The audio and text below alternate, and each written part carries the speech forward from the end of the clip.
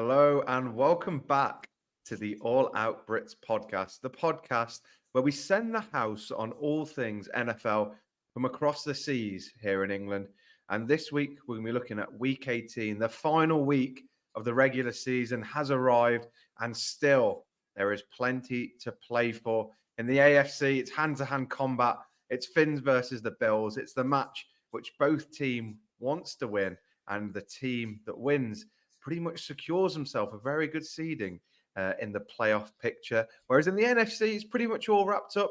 We've only got one or two teams fighting to make their way into the postseason. But as always, to talk about all the ins and outs, everything that's going on, is Mr. Elliot Greenwood. How are you doing, my friend?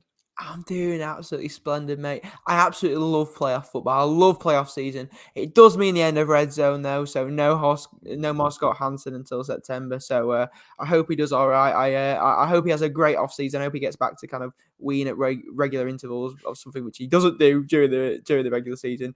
But yeah, playoff football is so exciting. I cannot wait, sir. I don't know what we're going to do with our Sundays, mate. Maybe we're going to have to find another pastime. What are you thinking? Any thoughts on that already? Maybe we just start a UK NFL franchise. Maybe that's where we go. We just play flag football and we just become, like, I don't know, the 33rd franchise. What would we call it? The All Out Brits. I don't know. What would you call that? If we were to create an NFL franchise, what would you call it? That's a sideline question and a half. That's a great sideline question. You know what? We'll bank that one. We'll save that for another rainy day. Nice to know that your brain's still working. Should we head into the matchups then this week and get straight into it? The battle of the animals, and that is the Buffaloes and the Dolphins. Wow. Josh Allen versus Tua, Diggs versus Hill, Blue versus Teal, or whatever it is. Bit of a miss on that one. But what a game nonetheless. Kick us off. What is going to go down this Sunday? I think it's going to be really, really exciting. And I think it's going to be whichever QB shows up the most is the QB that's going to take his team home. It's such a unique playoff scenario where if the Bills win, they secure their division. But if they lose, then they can still be out of the playoffs. They're not guaranteed postseason football if they lose. So it really is the season is on the line for Josh Allen. Obviously, he's had a very, very up and down year. He's thrown for a lot of picks, but he's got 42 total touchdowns. So he's had an unbelievable season. On the flip side of that, we go over to Miami, who have had an absolute thumping this week from the Baltimore Ravens and Lamar Jackson. So it's going to be really, really interesting to see how they're going to bounce back. Two teams that aren't going to rest any starters. Got James Cook in the backfield for Buffalo. Raheem Mostert's going to be playing as well for Miami. And I think it's going to be really, really exciting.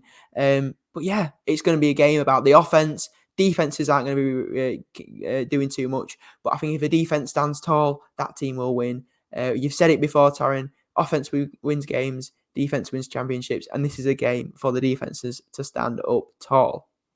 That is true indeed. And as we mentioned, it really is important for both these teams to, again, really stamp their authority because we haven't seen it this season. Maybe a bit more from the Bills where they have got some big scouts, some very big scouts, but then they've lost the likes of the Patriots and they've lost the Broncos as well, I think. So they really have, as you mentioned, up and down season. And Josh Allen, you know, America's sweetheart, probably the poster boy just behind Patrick Mahomes. You know, everyone loves him, but he just needs to push this Bills side a bit further. Obviously, the AFC, it's been tough because they end up meeting Mahomes at some point in the season. Obviously, last year, you know, we saw what Mahomes did with so little time on the clock. So it's been tough for Josh Allen. And it would be good to see Bills go late into the playoffs. And hopefully that happens this weekend. But as you mentioned, the defense has got to stand up. They've got stars on both sides of the ball. But I also think it's going to be who has the cleaner game as well, because Tua and Mr. Allen INT, we like to call him, they love throwing it into the hands of the other team. And, you know, we've seen last week, you know, you could play the best that you possibly can. You can outmatch every single, you know, stat on the opposition with the Niners and the Ravens.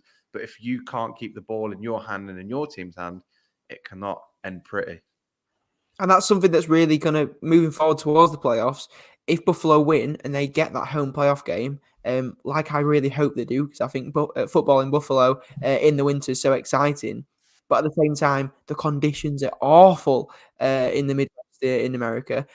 So holding on to the football is something that's going to be really, really challenging, and something that, like you say, Josh Allen struggled with this season. So if he has a good game, I can see Buffalo taking the division over the Miami Dolphins. But if he decides to throw the ball the other way, I can see the Dolphins coming away with a W in that game. What do you think, Taran?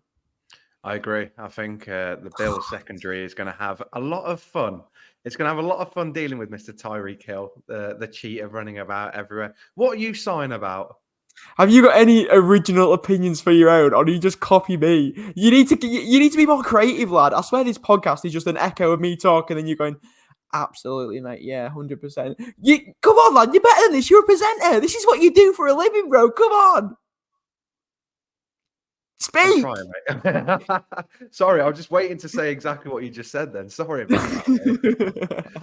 Right, I'll try again then. So, the Bills secondary, God, Miami, yeah, ripping through that. Absolutely ripping through that. No chance. Yeah, Tyreek. I think Tyreek could have a game. Obviously, he just runs about everywhere. It's like, we talked about Isaiah Pacheco and his angry runs. Tyreek just looks like he's, I don't know, gone into the bathroom and sniffed something because he's just running around like an absolute lunatic and somehow ends up with a ball in his hand and ends up in the touchdown zone and comes home and he's all right. And then sets his house on fire because he's absolutely wired all the time. So is that controversial enough? It's pretty out there, but I do have a question for you, Taz. You said that Buffalo secondary is going to get torn up. Name one player on the Buffalo secondary. Josh Allen. Shut up. Shut up. Does the name Damar Hamlin not ring a bell to you? Well, that's why I was saying they're going to get tore up, but I didn't want to upset anybody. Why do you have to always put me into these negative situations? I don't. You put yourself there. You're like Josh Allen. You play yourself into a corner. You throw the ball the other way, and I just have to come in and intercept it and take us home. Like, that's just how it goes, unfortunately. Right. Well, I'm going to take the ball back off you and take control of this all over again and go to a different AFC clash, which means quite a bit because it's two teams that have had a turbulent season, to say the very least. But they're two teams that really didn't have much expectation when it came to sort of the late playoff rounds of this season. And that is the Colts and the Texans. As I'm sure we mentioned many a time before, the Texans hold a dear place in my heart. And I would love to see Miko Ryans and his boys and his band of merry men. As I'm sure with you, you're a big fan of the Texans and your proclaimed GOAT. So where do you see this Colts and Texans game going, and how important do you think it is for both franchises? I think that the fact that these franchises are here in this situation so early into a rebuild is really, really exciting for both teams. Like we say, we mentioned the Texans a lot. We've mentioned how they play football. We mentioned how exciting they are. And they pretty much are. I think it's safe to say our second teams at this point in the NFL. I love the way that CJ Stroud plays ball. He's just so exciting to watch. And for him in his rookie season to be in a situation where he's win and in week 18 of heading into the playoffs, he would have absolutely bitten your hand off at the start of the year when he was drafted by the Texans. But on the flip side of that, Indianapolis have got there without Anthony Richardson. So what does that say? That says that the pieces around Anthony Richardson and sort of the defense of the Colts and the offensive line, they're already in place. So Anthony Richardson should hopefully come back next season and have an absolute field day. Basically, he's coming into a team that is productive, that could potentially make the playoffs if they beat CJ Stroud this week. But we'll see. For me, I hope to God that the Texans win this game. I think it would be so exciting for the Texans to be in. I absolutely love how CJ Stroud has played football this year. He's obviously my offensive rookie of the season. I think he's pretty much everyone's at this point. He was snubbed from the Pro Bowl, in my opinion. He deserved to be there, but that's a question for another time. How do you think that game goes, Taran? Who's into the playoffs out of those two teams? Again, I've already said I want the Texans. I do want the Texans. I've got everything on the Texans. But I think a good question to ask you is, what's this mean for Gardner Minshew? Because obviously, as soon as this season ends, he's not going to be QB1. Obviously, Anthony Richardson, he'll come back. He'll have a whole season, of preparation. But do we see Minshew as QB1 elsewhere? Obviously, we know there's a few franchises that really could do with a quarterback. Do you think he's staked his claim that he can get it done in the NFL? Obviously, he's been backups at loads of different franchises, never really had a shot at sort of being QB1. Do you think this is his time to get a number one spot somewhere? For his sake, I really hope so. And there's lots of opportunities in the NFL at the moment to be a quarterback. I think Atlanta's moving on for a quarterback. The Bears are going to draft one. New England are looking like they're going to draft a quarterback. Do Washington stay with Sam Howell? There's lots of teams in situations that are fairly decent for a quarterback to be in, where a new quarterback in their system could be really, really beneficial, not only for the team, but for saving jobs at the head coach position. I'm looking specifically at Ron Rivera and the Washington Commanders in say that, because somehow, although he is young, I think he's had an okay year. I don't see them sticking with him for too much longer. He's got a load of passing yards, but that is pretty much a LeBron stat for him at this point. He's just throwing for absolutely nothing. So could Gardner Minshew kind of come to the NFC East? We'll see. But yeah, I think there's definitely a spot for him to be a QB in the league. He's definitely one of the best 32 quarterbacks in the world, which is all you've got to be a quarterback in the league at the moment. So yeah, I think there's definitely a spot for him. But where he goes after the season, we will see. Do the Colts decide to stick with him, though? Just in case, obviously, Anthony Richardson is a mobile quarterback. He's going to get hit a lot. When he's on the run, he's kind of similar to Lamar Jackson in that respect, that when the more mobile you are, the more you can make plays outside structure, the more likely you are to get injured. So do they keep him as a very, very solid backup and kind of pay the price for that and pay a little bit more coin than you'd like to for a QB?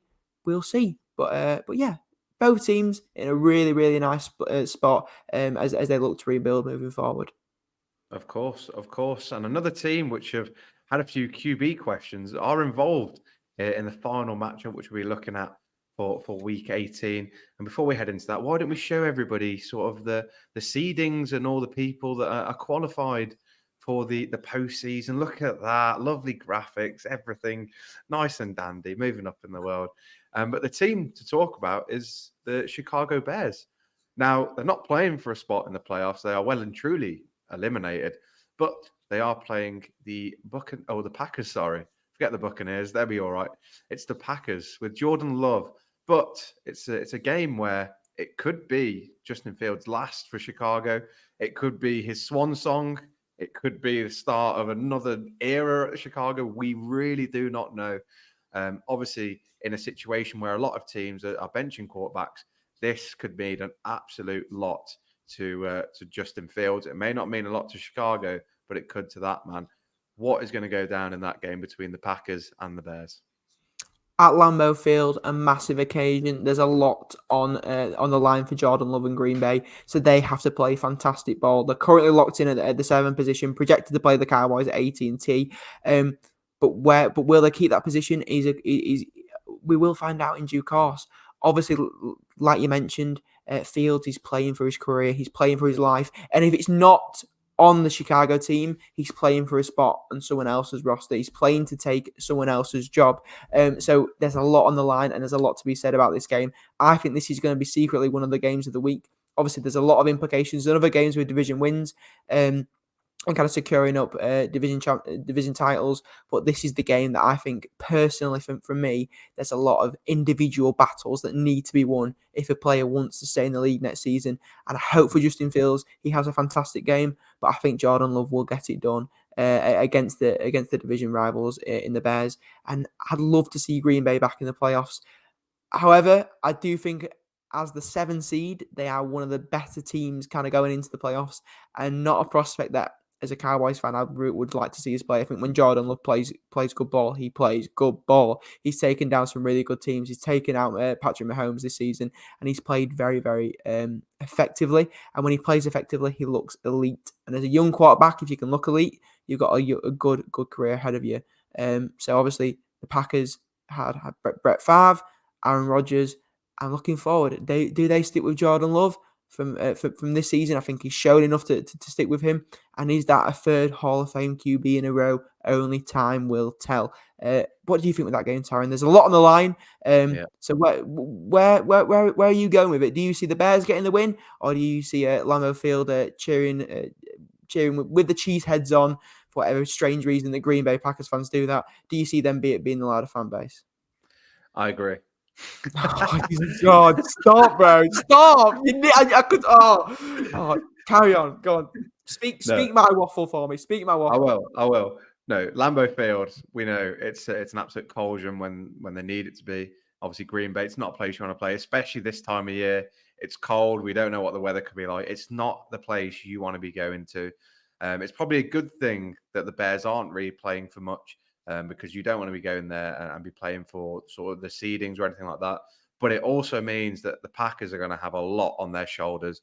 They're going to have a lot of people willing them forward, but they're also going to have a lot of people sort of on their case if they aren't, performing as well as they can. And as we mentioned there, Justin Fields, I really do hope he stays in the league. He's had a really sort of unfortunate year with injuries and things like that.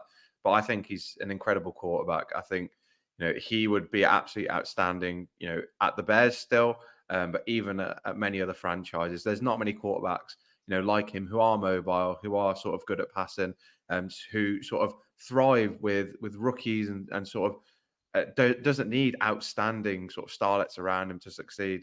And I think that's the big thing and the big talking point this week. But as well with the Packers, coming in as the lowest seeded team, if they do make it through, and if they do beat the Cowboys, with us being the 1 seed, I don't particularly want to be facing the Packers because you really don't know. Even though it is going to be at Levi Stadium, you just don't want to be dealing with this Packers team because, as you mentioned, when Jordan Love turns up, he can turn up.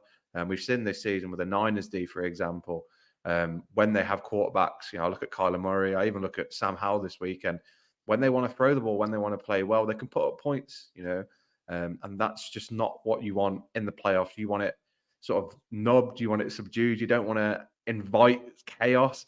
And that's the last thing, I want with the Packers sort of getting through and probably going to beat the Cowboys as well. But, if it came to it, the low seeded team, I do not want to be facing the Packers. I agree.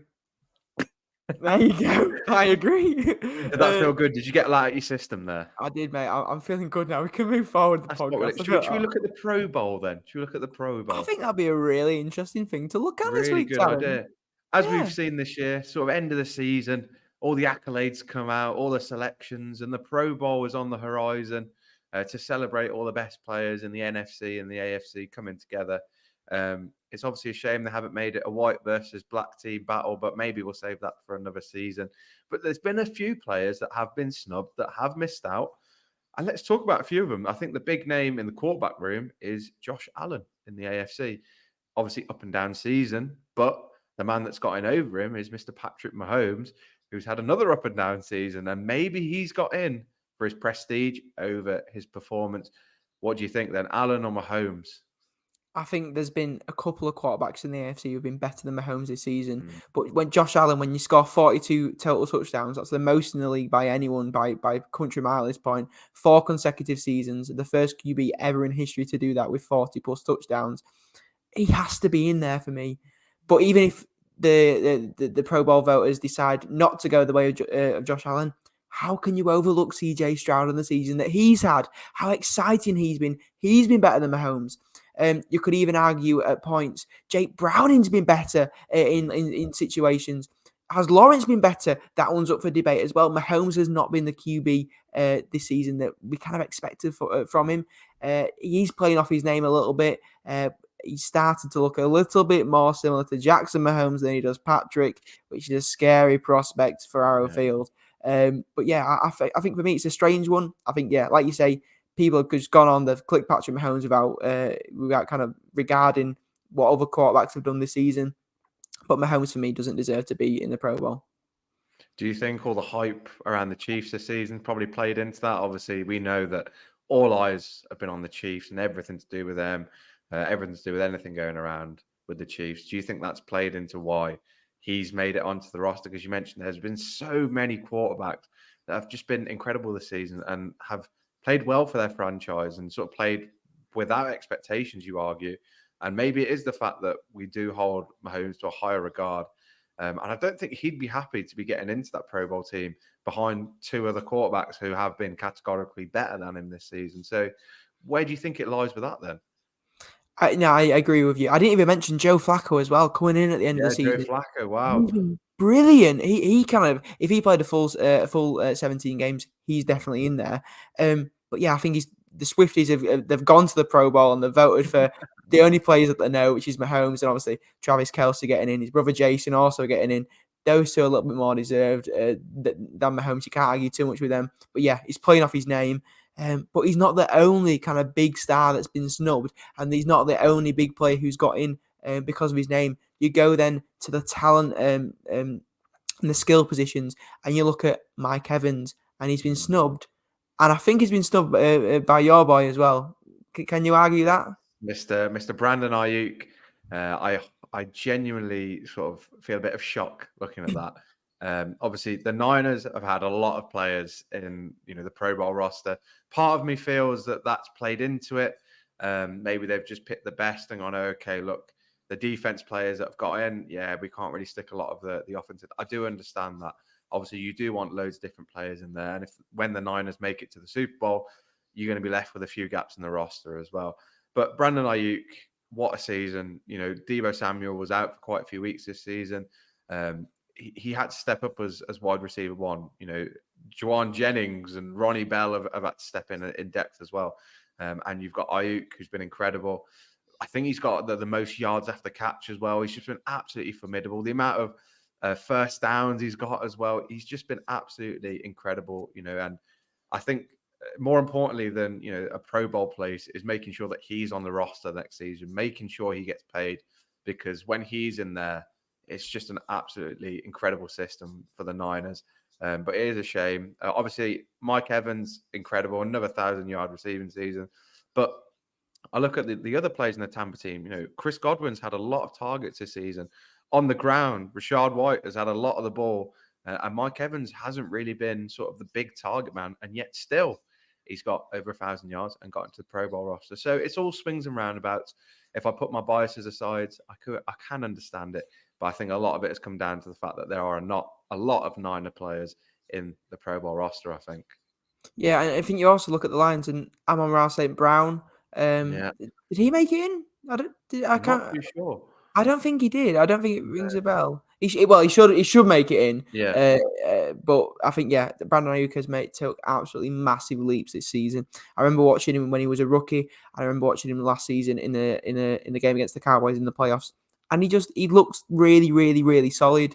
Is he on a rookie deal still? Is he on his fourth year? I think this is last year, I believe. Okay, so he needs to get paid then. There's a lot of players in San Francisco that are waiting to get paid. Obviously, Brandon Ayuk that we just spoke about, and another man, Mr. Relevant, Brock Purdy, he's going to get paid in a couple of seasons. So I think there's going to be some big changes in San Francisco to make sure that both of those players can get on the books and still be under the hit for money, basically. What am I saying, Taz? What am I trying to say? The salary cap. Salary cap, that's it. I've just waffled again. But then moving really American with the amount of waffles you've been throwing out today. Wow. Mate. We'll move on to one more. We'll move on to one more skill position that a player that we think kind of should have been in over the other, and it's the admission of DeAndre Swift. Obviously, the Philadelphia Eagles running back. For me, he should not be in there at all. He shouldn't be anywhere near that vote, especially over Jahmyr Gibbs of the Detroit Lions. I don't know what you think about that, Taz, but for me, DeAndre Swift has been nowhere near top 6 running backs in the league this season. I cannot believe it that Jahmyr Gibbs has not been put in. I look at the fact that a lot of Swift's rushing yards are 1-yard gains from the in the red zone, and half the time Jalen Hurts is getting his batty thrown into the end zone as well. So that Eagles rushing game is not anything compared to the Lions this season. Montgomery and Gibbs, they've been absolutely outstanding. Either one of them would deserve it. Obviously, Montgomery's been plagued with quite a few injuries this season, but wow, absolutely wow from Jahmyr Gibbs. And I think it's a bit unfair on him. It really does feel a little bit unfair. Another man who no one's really mentioned is Alvin Kamara. Obviously he was unavailable for the start of the season, but he's been electric since. But I think he's another one where, because of the high expectations around him, for the past few seasons, everyone expects a lot from him, that when he does enough, it's not enough to be considered amazing in that sense. But Jahmyr Gibbs, outstanding. Obviously wasn't utilised as well as he could have been at the start, but now he's getting into it. He's getting well. And I do think he deserves a spot on that roster. Absolutely, mate. And he's helping Goff save his city. He's the Robin to Jared Goff's Batman. Yes, That's another clippable moment there for you, sir. When the lights shine in the sky, it's not only Jared Goff who's going to save you, but it's also Robin himself, Jameer Gibbs. He's he's only like, I think he's 1 year younger than me, Jameer Gibbs. 1 year younger. And I'm sat here looking like this. And he's on there. the UK's fastest growing NFL podcast. So, there you go. I know where I'd rather be. Sat in sunny old Manchester, chatting about one of the best prospects in the league. And I think he's going to have a fantastic season next year. And if he's not in next year, something's gone drastically wrong for him, because he was absolutely snubbed out of a spot this season. And for me, yeah, like you say, Taz, deserves to be in there. No doubt. Of course. And I think the final big talking point looking at week 18 is the fact that there is a lot to play for, but for a lot of teams, there actually isn't. And that's why we're seeing a lot of sort of big stars being sat this week. Lamar's being sat, so is Mahomes, Brock Purdy. And we expect a lot of the skill positions to be sat. There's only a few games where a lot of the players are going to be needed from the get-go. And how much do you think of an impact that's going to have, especially for those that are on, buys, for example, from the Ravens and the Niners, obviously having a big sort of gap in between, the final game of the season, and then you playing again in a game that you need to win or go home. Surely a bit of momentum would be good, a bit of consistency and things like that. But then also looking on the other side, if you're playing this week and then you've got to go into the playoffs and then you win, you've got to go again, you don't have any time to recover. Big players get injured, say for the Bills or for the Dolphins or even for the Cowboys as well. That is not what you want for a big playoff push. What do you sort of make of that whole situation then? And what is sort of not even the solution, but what could go wrong and what goes right?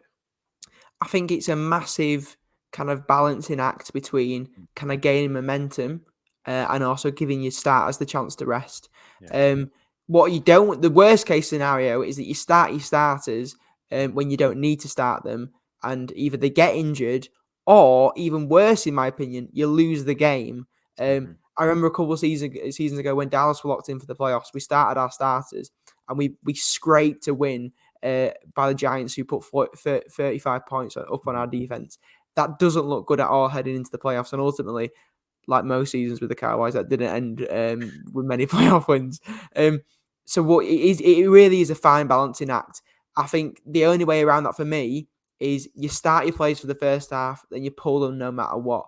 And I think that kind of helps to relax everyone. It gets everyone a little bit of game time, but it also allows you to rest and reduce the chance of injury. Some players, though, you just would not start at all. I think Lamar Jackson is one of those players. He's too good and he's too much of a vulnerable player at this point to start. And then you look at the Niners, CMC, is he going to start? We hope not. He's looking like he's injured, you were saying, Taz. So we'll see what happens with him. But then do you start all these skill players? But at the same time, if you're starting some and not starting others, well, what does that say about the players that are starting versus the players that aren't starting? How much do they feel valued that they're not being given the opportunity to have a rest? But also, if then you start your starters and those players that do play end up having a stinker of a game, that's not going to do their confidence any good heading into playoff football season. It's a fine balance. And I think it's a balance that is really important. It's not really talked about or looked at enough, but confidence is a massive thing going into the playoffs. As you mentioned, it's win or go home. Maybe the hard work that you sort of put in early in the season pays off now when you get a little bit of a break. Obviously, we've seen teams sometimes play better off a bye, and some teams play awful after a bye week. So it can really depend on the teams. And I think a lot of the franchises and a lot of sort of the coaches will be looking at this next few week periods and trying to really strategically manage what goes on, because nothing is worse than missing out on, a big playoff push because your big players are injured, or even worse, they just couldn't get going early doors, because a slow start can absolutely punish you in a big playoff game, even if you're at home, or even worse, if you are away. Mate, absolutely. It's going to be a very interesting week, and a week that we kind of look forward to seeing. It's the last typical NFL Sunday of the season, so I'm sure everyone will be sat down there enjoying it just like we will, Taz. A couple of beers should be had, and we'll all raise a glass to Scott Hansen, who's had in our eyes, definitely the MVP. He's been the MVP of the season, without a shadow of a doubt, as he is every single season. Hall of Fame is coming for that man. I hope you won't have a go at me, but I do agree with that last comment there. I'll let you off with that one. I'll let you off with that one. Okay. Just checking. Well, hopefully everybody else joins us in raising the glass to Scott Hansen. Hopefully everyone else joins us and enjoying this weekend's final regular season matchups. And hopefully not everyone joins us in the Super Bowl final, especially yourself and the Cowboys. But that all remains to be seen. And there's plenty of podcasts, plenty of games, plenty of things to go wrong and right between now and the Super Bowl in February. And we hope that you'll join us on that journey. Please stay tuned and make sure you keep coming back to the All Out Brits podcast, because we like to keep sending you back for more. And we thank you very much. Keep an eye on YouTube, TikTok, and Spotify. And as always, we'll see you next time on the All Out Brits podcast. Thank you. See ya.